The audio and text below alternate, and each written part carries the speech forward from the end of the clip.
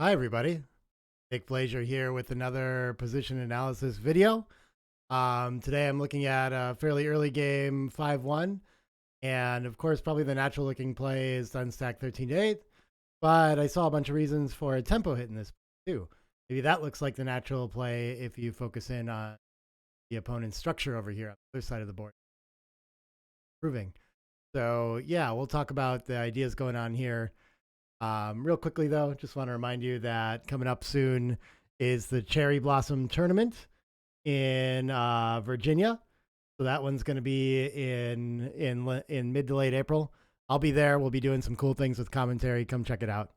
But yeah, so back to this position. So yeah, I used the structure on the other side as a signal to go for the tempo hit, but here it was an overplay, and we should just unstack 13 to 8. And so I'm going through some mistakes that I made in a online match recently and trying to sharpen my own game again. Just reminding myself, some of these like kind of basic ideas and how to apply them in the right spots, I guess. But yeah, so the tempo hit looks good here to me because the 6-1, 6-2, 6-3, like 3-1, 3-2, 2-1, all these make the bar point. A whole bunch of rolls are going to make the 4 point as well. Looks like our opponent's going to do a whole bunch of things on the next roll. And a lot of times when that's the case, that's the time to hit loose on the ace and take away half a roll. We're down in the race too, so we're not really like losing out on that aspect. It looks okay for a lot of reasons here.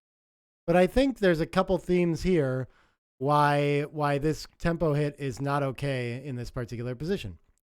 One of them is going to be that we're outboarded. So yeah, the tempo hit's a lot stronger when we have the better board.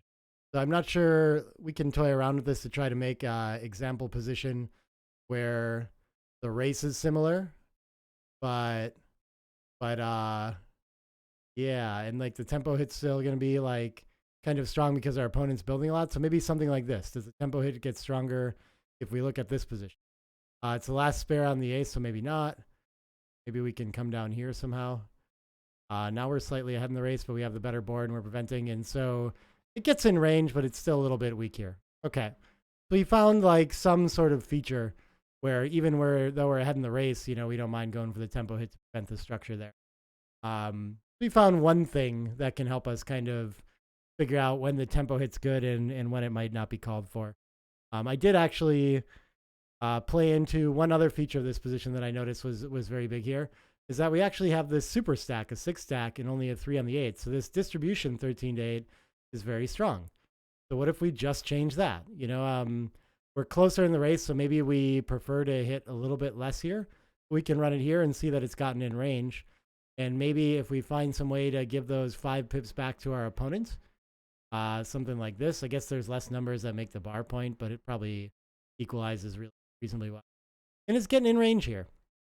So it's close, but it's still a little bit better not to go for the tempo hit when outboarded in this situation. So if we did a couple of these together, we could probably find one where the tempo hit's correct as well.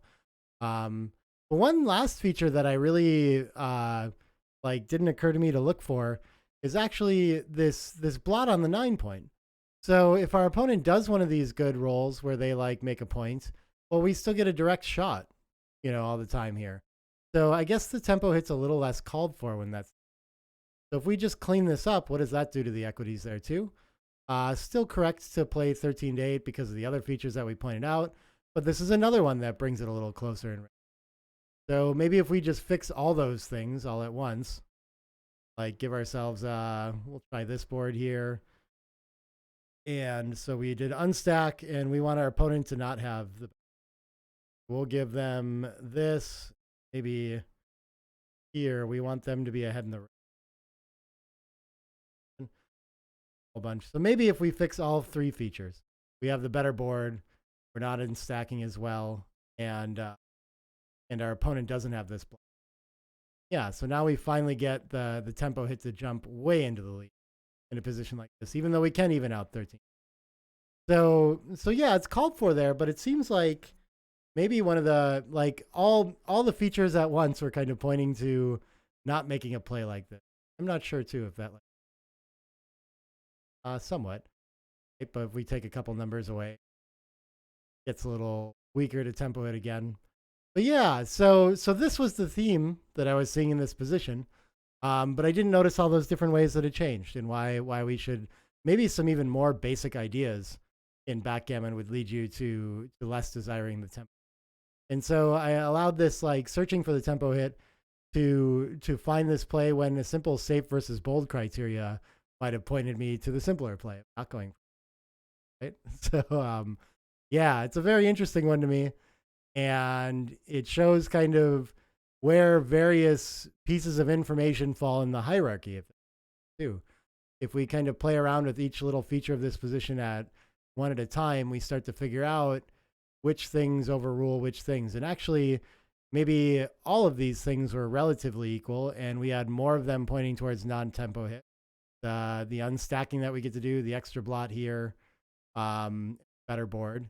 And if we just shift like one or two of those, the more of those we shift, the better the other play gets, and all in the direction of the tempo hit. Go for the tempo hit.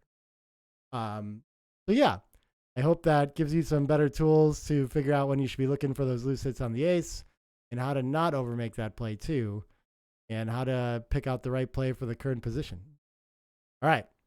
Thanks, everybody. Be back with more position analysis videos soon. I just got done recording an interview with Ali Bellanet, where I forgot to record the audio. so I don't know what we'll do about that. Maybe that won't come out and we'll just give up. I don't. But more interviews coming too, hopefully. That's all for now. Thanks, everybody.